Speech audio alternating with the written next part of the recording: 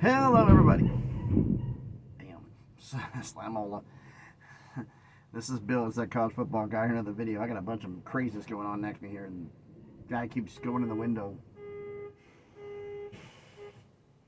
mugging at me. So I'm like, I'm gonna put this up here to get him to not do it, because he was like at the window every time I try to record, putting his face in the camera just to be a jerk.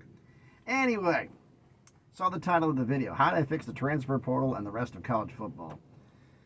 The portal has caused so much havoc and so much craziness with what's going on, how it's timed, and everything to be done.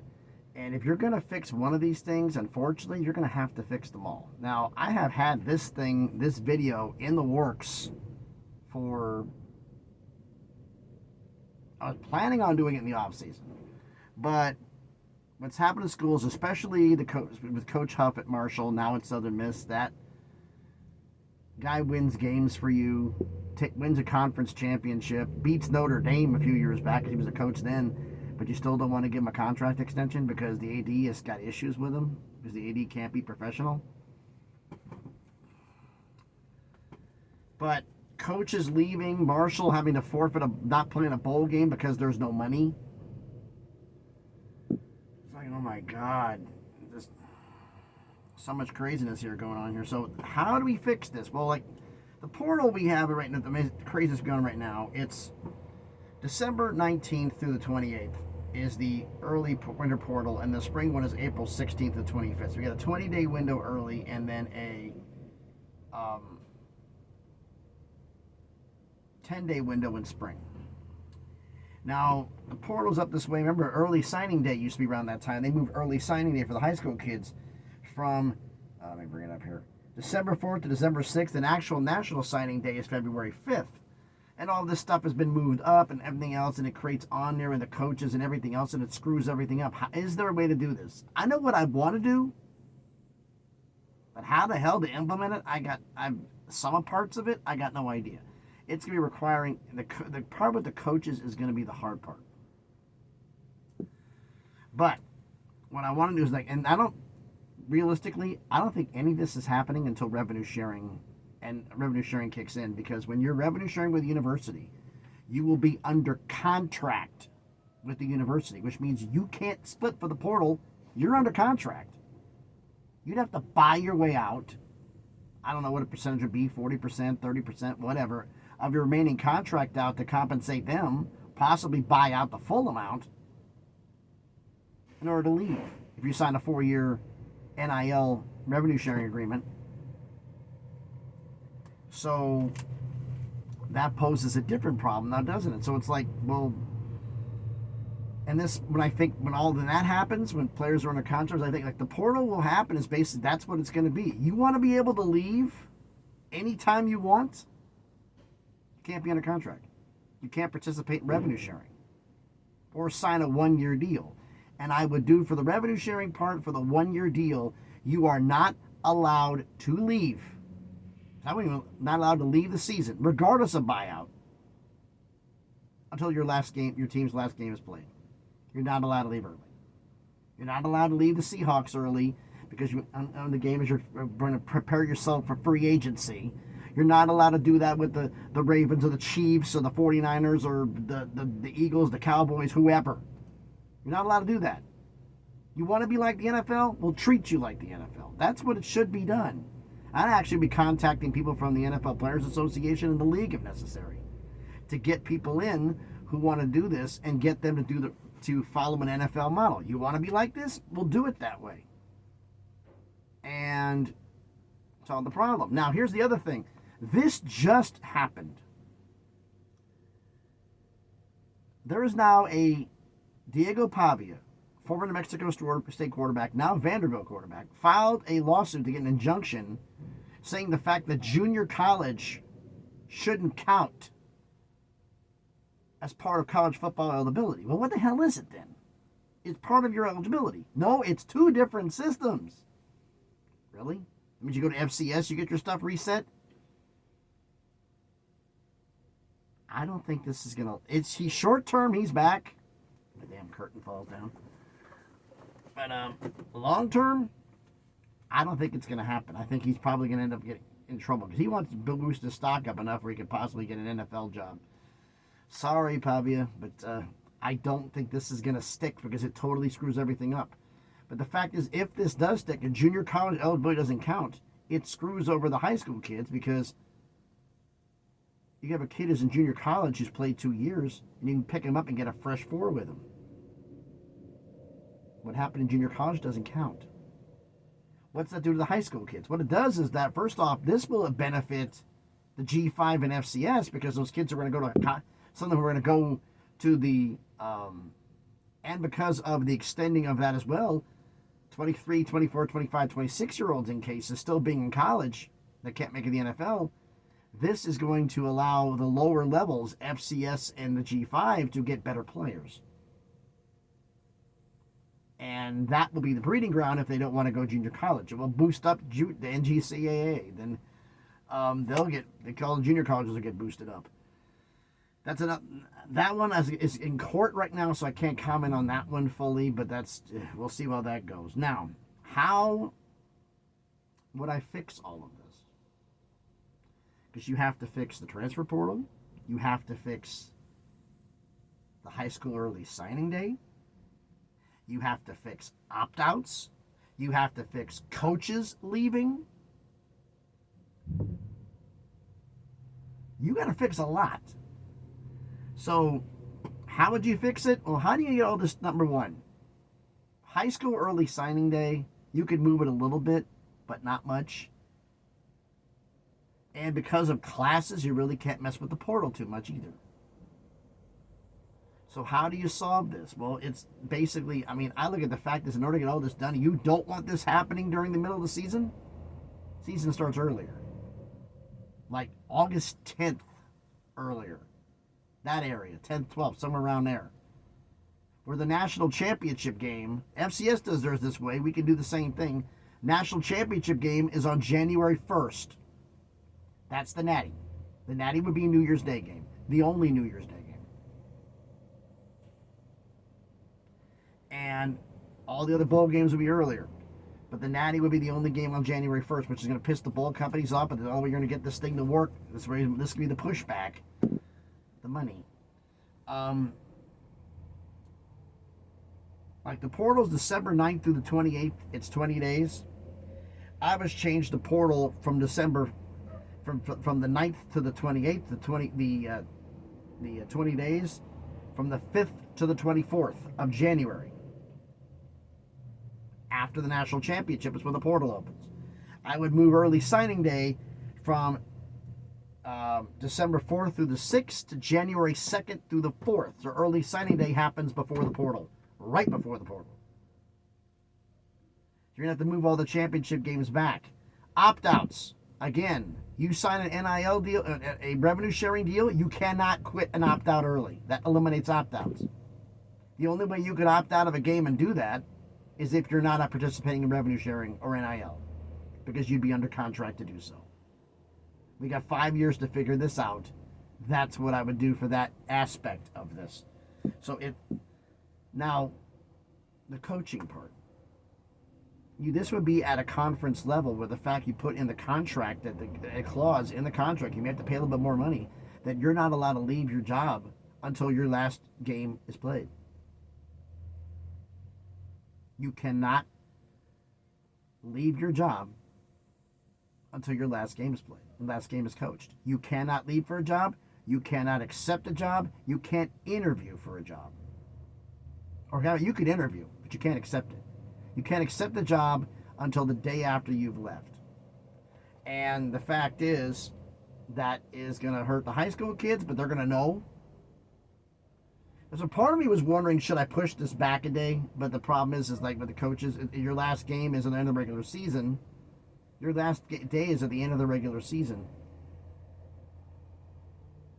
You're going to be gone. So the kids for early signing day will know, do I really want to go to this school with a different coach? Because odds are by January, the spots are going to fill. You're going to know who your coach is. More times than not. You're going to know who you have. And by starting the season earlier, the bowl games will be done earlier. So, Like the late signing period for the portal, April 16th to the 25th, that would stand. But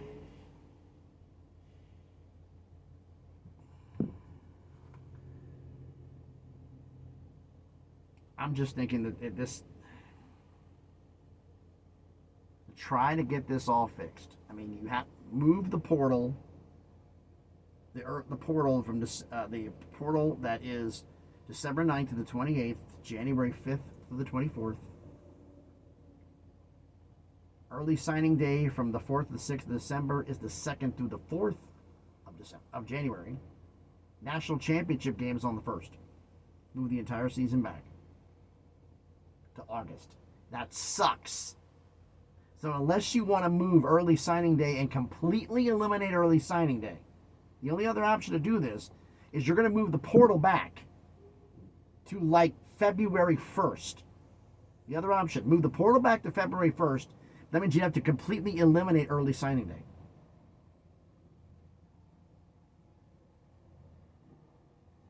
But I do agree with them that high school kids deserve the shot first. But the problem is the portal being as much as the portal becoming more important than that. That's a slippery slope I don't like.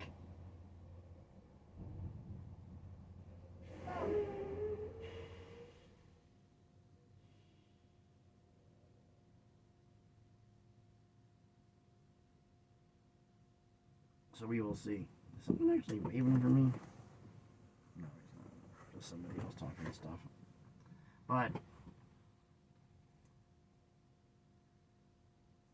that's what I think needs to be done here. I mean, if it was me, I'd move the season back into early August.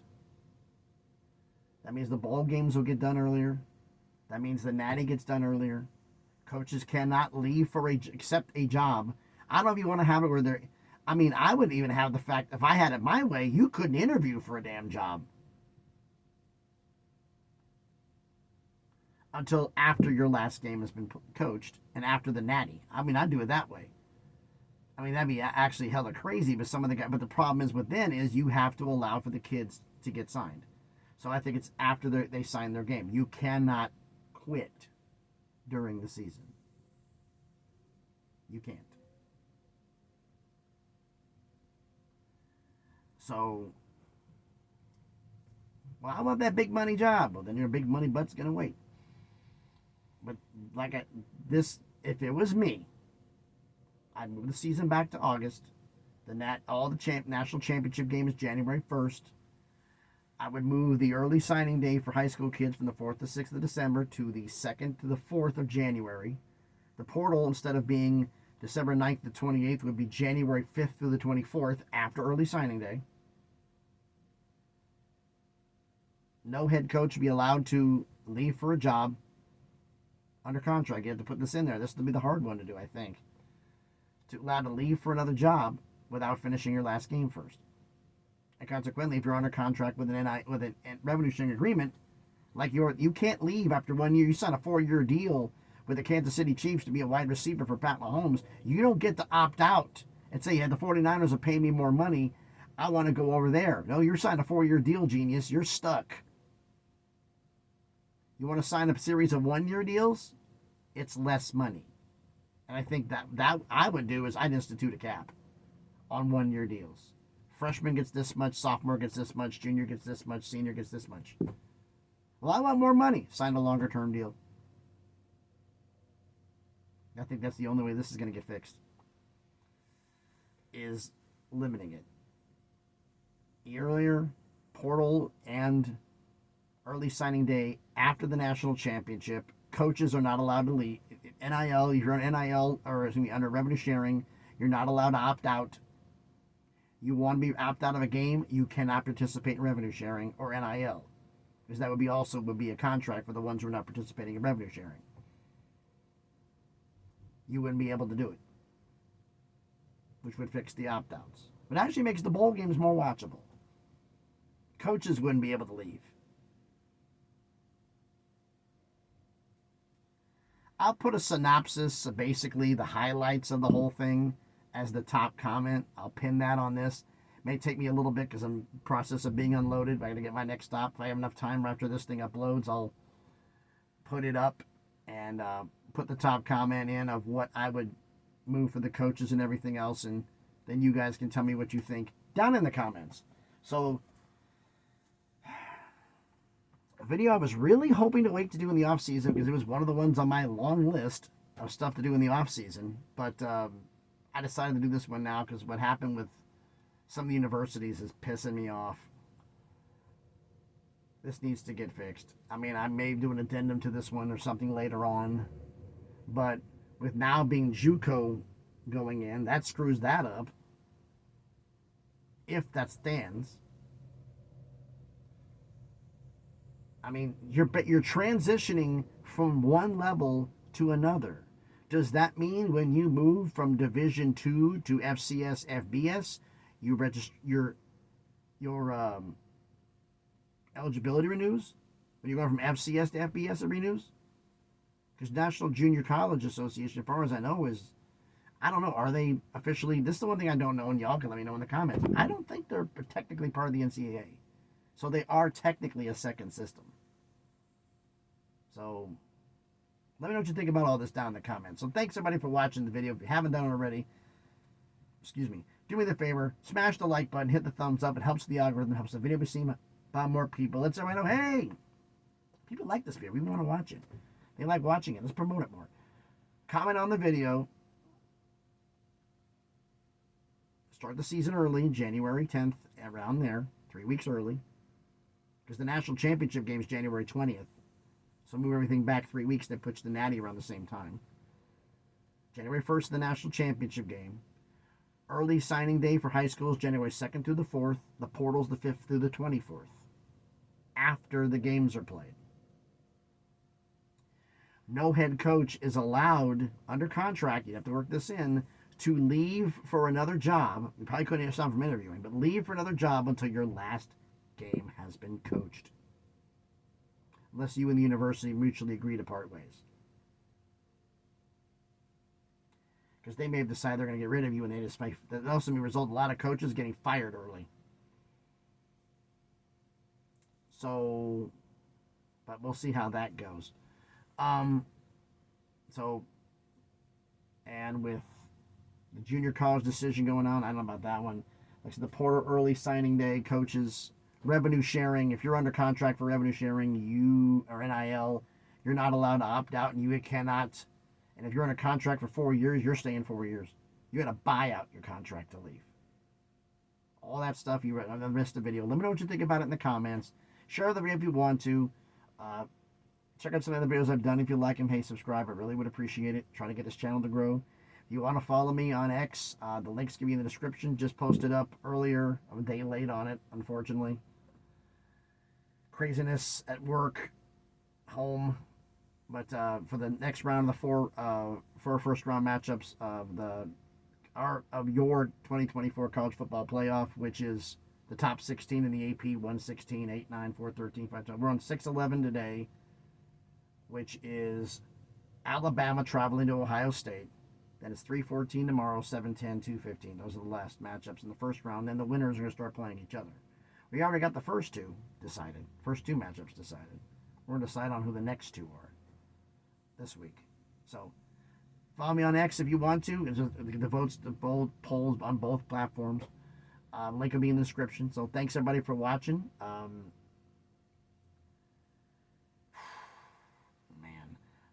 I will not be off for Christmas week. I'm doing my recap show on Sunday for the bowl games, as well as my picks for all the bowl games happening during Christmas week. And I will be posting up content during the week. I'm not taking the day off and doing best ofs like these other guys. I'm going to give you fresh content.